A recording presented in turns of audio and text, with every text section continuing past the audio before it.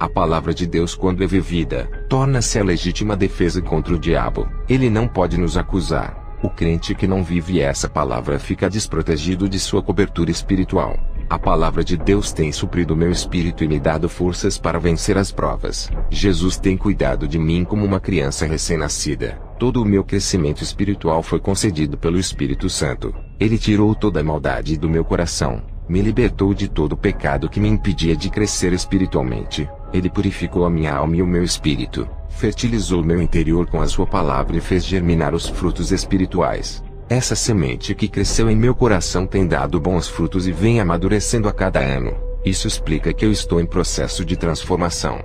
Fui para a cidade de Bogotá, na Colômbia, pregar a palavra. Fiz uma campanha em um bairro pobre em uma igreja pequena. Fiquei preocupado com aqueles irmãos. O seu pastor disse que os irmãos já não são mais os mesmos. Perderam o calor espiritual, já não pregavam mais como antes, e aceitaram viver nessa situação de pecado. Alguns dessa igreja saíram em busca do calor que perderam, e foram para outros ministérios. O defeito não estava na igreja, estava em suas atitudes. Eles decaíram na fé, estavam à procura de igrejas que acendessem suas chamas. Jamais encontrariam essas chamas em outras igrejas se não se arrependessem de seus pecados. Se buscassem ao Senhor se arrependendo de seus pecados, aqueles galhos secos iriam enverdecer, e suas folhas cairiam e nasceriam outras novas. Os galhos floresceriam igual às flores da vara de Arão, provando que ele era santo e capacitado para ser escolhido. O galho seco não tem o Espírito Santo. Está sedento de Deus e procura meios para matar essa sede. Não tem consolador que possa encher-te. Está morrendo espiritualmente. Se Jesus é a vida e o crente está morrendo, é sinal de que ele está longe da fonte da vida que mata a sua sede. Muitos dizem: você não tem medo de ser assassinado por aquilo que fala? Eu disse: a minha segurança não é confiar em mim, mas naquele que me deu a vida. Somente ele é quem pode tirá-la. Tenho convicção de que ele é comigo e me livrará de todo o mal. Quando terminei de falar, entrou um homem com uma arma na mão e disse: prove que você é de Deus. Morrerá por ele hoje. Se quiser viver, negue o seu Deus. Eu disse: Satanás, escute aqui. Esse território não é seu. Perdeu. A partir de hoje eu declaro a sua derrota. O rapaz apontou a arma e disse: hoje tu vai morrer. Eu disse: pode atirar. Da sua arma não sairá nenhuma bala. A minha vida pertence a Deus. A chave da morte está nas mãos de Jesus. Somente Ele pode me matar. Quando eu comecei a falar essas palavras, aquele rapaz caiu endemoniado para trás. Ele estava se tremendo, parecendo que estava em convulsão. Eu expulsei os demônios. Eram legiões que estavam naquele corpo. O pastor daquela igreja disse: esse rapaz não é o primeiro. Entrou outros aqui e fechou a igreja. Você foi o primeiro que bateu de frente. Eu orei por aquele rapaz e ele aceitou a Jesus.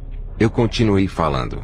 Deus tem segurado em minhas mãos e tem me guiado, e me cerca com a sua muralha de fogo que me serve de fortaleza. Perto dele estou tranquilo, nele tenho segurança e estarei livre do perigo. Estou em suas mãos, não posso cair, estou preso nele, me seguro nele. Não posso me dobrar diante do pecado e nem ceder para os meus desejos. Permaneço leal a ele, e firme em sua presença. Ele tem me tirado do sufoco espiritual, tem tampado minhas fraquezas, tem me estruturado em sua palavra, tem restaurado as trincas desse templo e consertado as minhas colunas quebradas para que esse templo não vá ao chão.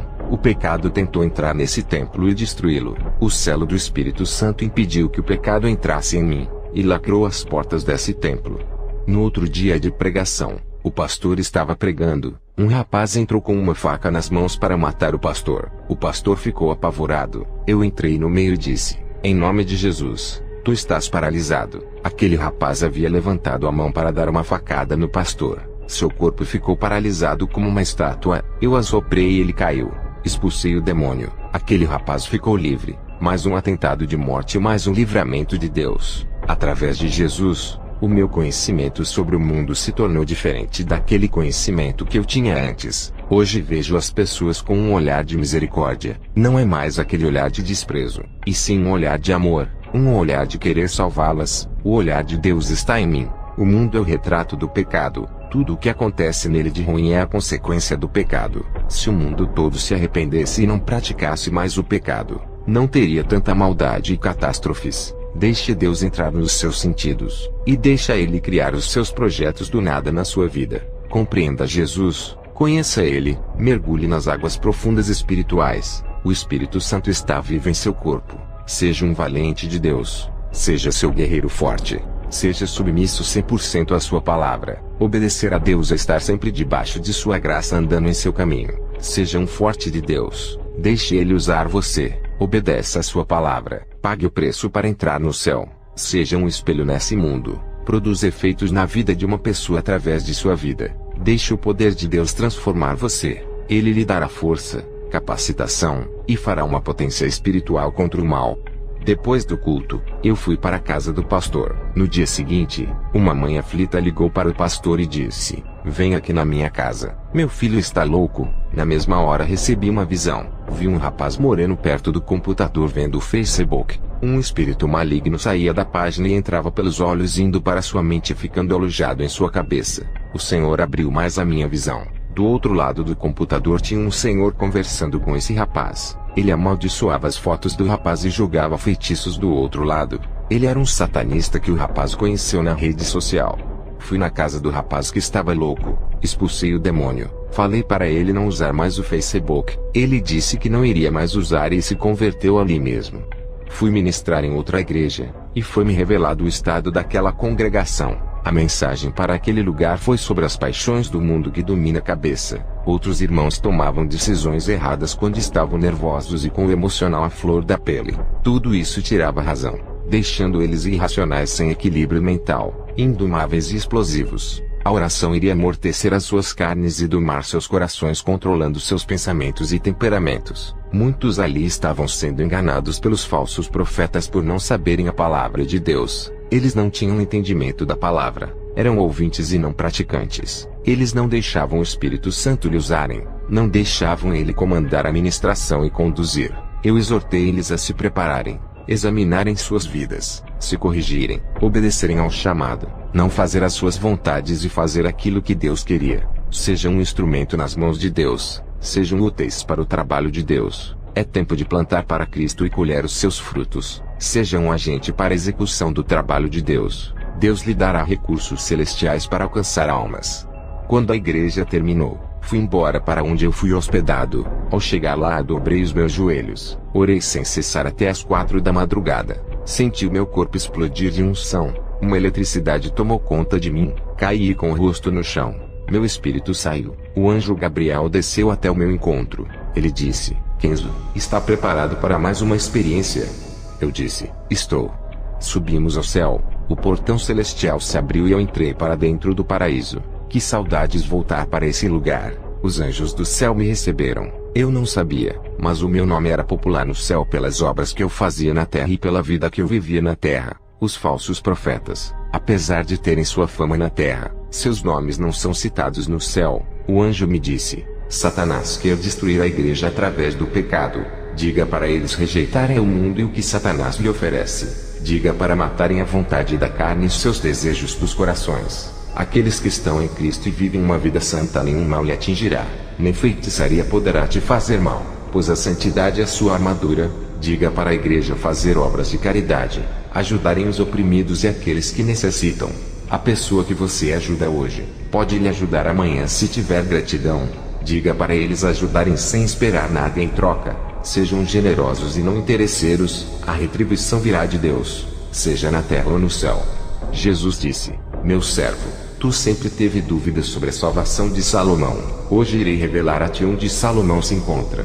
Eu e Jesus começamos a andar nas ruas de ouro no céu. Passamos perto dos edifícios de ouro que são as casas dos santos. Eu vi homens jovens com seus corpos resplandecentes. Eu vi Isaque, Jó, Sansão e Elias. Continuamos a andar e vi Maria Madalena, Ana e Isabel. Elas estavam lindas e seus rostos refletiam a glória. Chegamos em um lugar onde vi o rei Salomão. Suas vestes brancas refletiam o branco da justiça. Também vi Tiago e João Batista. Todos estavam felizes com sorrisos no rosto. Continuamos a andar e o Senhor disse: "Kenzo, aquela é a sua casa."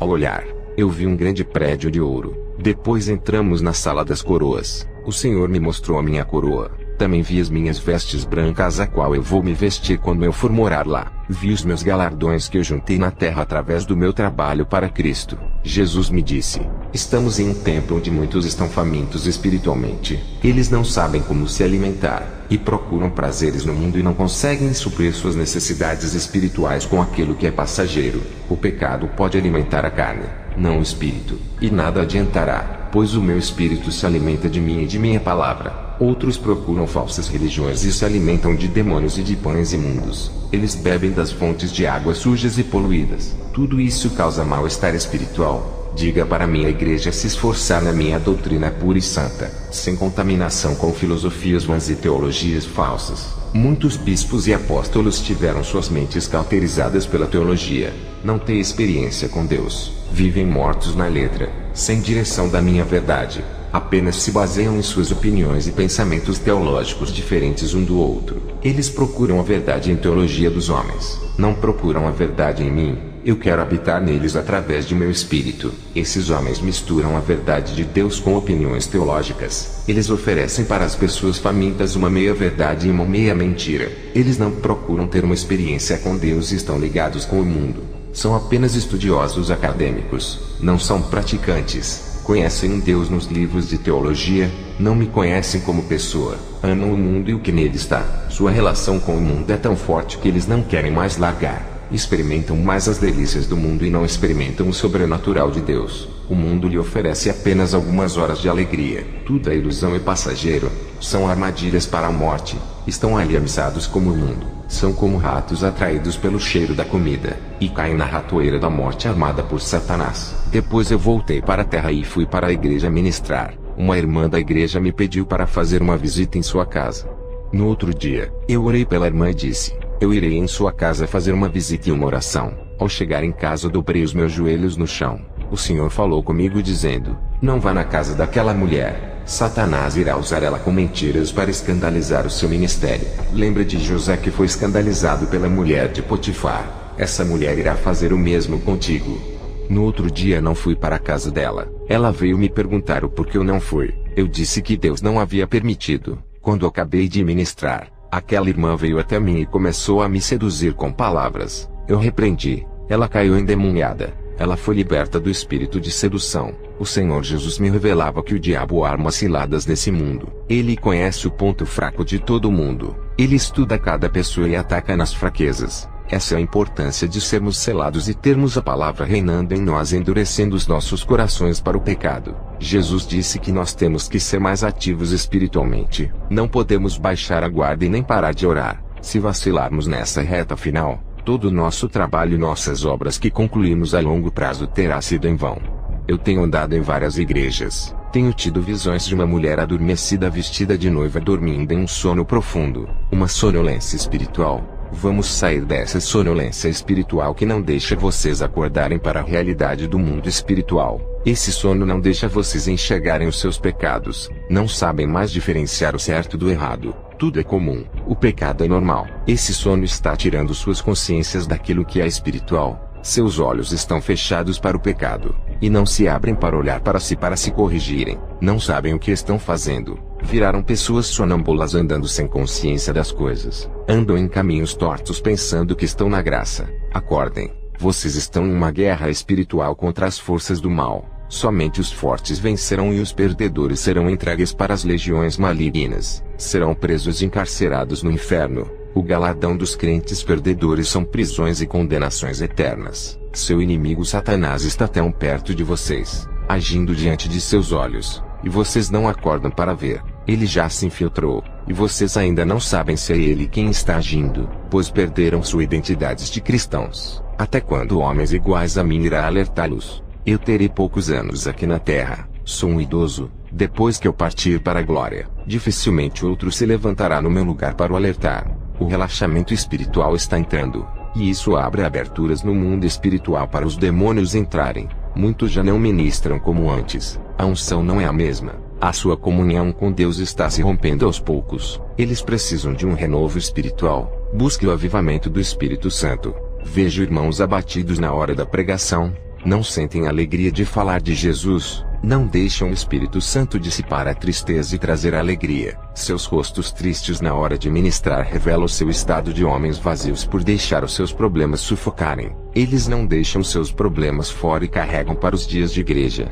não conseguem manter seus semblantes alegres e não transmitem alegria em suas ministrações. Eu não entendo por que não são felizes e alegres quando pisam seus pés dentro da casa de oração. Vocês têm o privilégio que o povo de Israel não tem. Eles rejeitaram o Messias e vocês pegaram para vocês. E mesmo assim com seus nomes escritos no livro da vida não estão contentes, deixando as provas abalarem as suas fés. Não sentem motivações por nada. Parece que vêm para a igreja obrigados. Jesus não quer isso. Ele não aceita sacrifícios imperfeitos. Peça para o Espírito Santo preencher vocês. Ele matará a sua fome de felicidade, alegria, esperança e paz enchendo seus vazios. Eu cobro isso de vocês. Cobro também no meu ministério que está nos Estados Unidos. Sei que tenho que entregar o rebanho puro e sem mácula no dia do juízo. Não quero ser responsável por nenhuma alma que se perder e não se salvar. E quando eu estou triste eu dobro os meus joelhos e choro até ser consolado. O Espírito Santo me dá alívio e tira a minha dor. Quando me levanto, estou alegre. Subo no altar rindo como representante do Evangelho. Nunca subi no altar triste. Temos que ser fortes. Perdi o meu filho David. A morte traz dores. Nem tudo o que perdemos é um mal, pois a perda representa a transformação. Isso muda o coração em relação à vida. As dores físicas e emocionais nos fazem assumir uma posição de guerreiros diante da situação, e isso agrada a Deus, nos traz para perto dele, e nos faz despertar espiritualmente. Deus testa a nossa fé para ver se estamos firmes nele.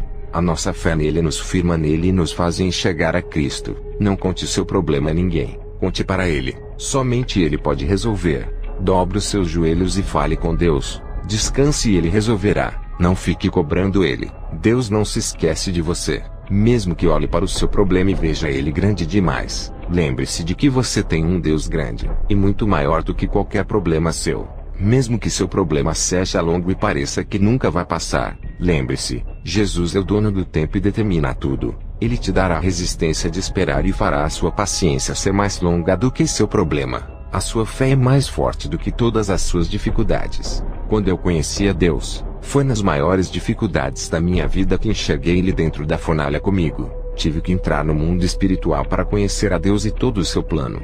O Espírito Santo invadiu o meu ser de uma maneira que fiquei sensível ao seu toque. Minha sensibilidade espiritual ficou aguda, senti mais prazer de ficar em sua presença. Satanás apareceu para mim e tentou me desanimar. Ele disse que por mais que eu pregasse a santidade, amor, perdão e o arrependimento, por mais que eu conservasse essa doutrina não teria êxito mundial, pois ele me falou que criou falsas seitas como Mormons, Testemunhas de Jeová, Adventismo e outras seitas com aparência de igrejas caridosas e bondosas para contaminar a sã doutrina, e que era tarde demais para eu espalhar a doutrina verdadeira, pois ele estava multiplicando as suas seitas enganosas pelo mundo. Satanás foi embora e eu tive uma visão. Vi uma noiva de preto, uma falsa igreja sentada no trono e reinando. Uma voz me dizia: está multiplicando igrejas falsas. Irei buscar a minha verdadeira igreja antes que ela seja contaminada e enganada pelas falsas noivas, a noiva de Satanás.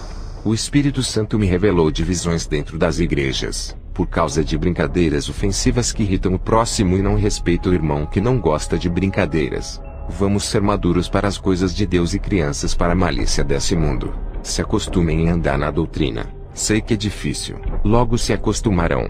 Sejam viciados em orações todos os dias. Caiam nessa rotina espiritual. Vivam uma vida santa. Se viverem uma vida relaxada na presença do Senhor, ninguém dará crédito por suas palavras. Você é a palavra que prega, assim como Jesus é a palavra. Muitos vivem uma vida de pecado. Não ganham mais almas por escandalizarem o Evangelho. Caíram em descrédito por causa de seus testemunhos. Os falsos mestres, doutores da mentira, estão dentro das igrejas usando a própria palavra de Deus para enganar, como Satanás usou a palavra de Deus para enganar a Jesus no deserto. Se não estivermos revestidos com as armaduras da santidade, seremos presas fáceis. O diabo não se importa com crentes que buscam bênçãos materiais. O materialismo para o diabo não tem valor nenhum. É perecível. O diabo se importa com aquilo que é eterno. Os que buscam as coisas espirituais, quem busca morar no céu, coisas não perecíveis, tudo isso incomoda o diabo. Ele sabe o que perdeu, jogou sua herança fora, sabe o que é bom e não quer que consigamos o que ele já perdeu. Ele colocará obstáculos e impedimentos espirituais para vocês não crescerem espiritualmente. Para Satanás, é melhor que fiquemos ricos e milionários na terra se desviando, do que termos galardões no céu. Ele prefere que conquistemos o mundo, sejamos poderosos aqui ao invés de conquistarmos o céu, pois a riqueza corrompe, e a riqueza dessa terra acaba. Já as dos céus são eternas. Nossas riquezas não estão nesse mundo, estão sendo armazenadas no céu para onde iremos morar, para que ajuntar tesouros na terra, se quando morremos não levaremos nada. Tudo vai ficar aqui, para onde vamos não levaremos, pois o noivo nos levará e deixará os nossos bens. Que todos que ouvem esse testemunho venham a se reconciliar com Deus, que venham a receber uma unção especial ao ouvir essas palavras. Amém.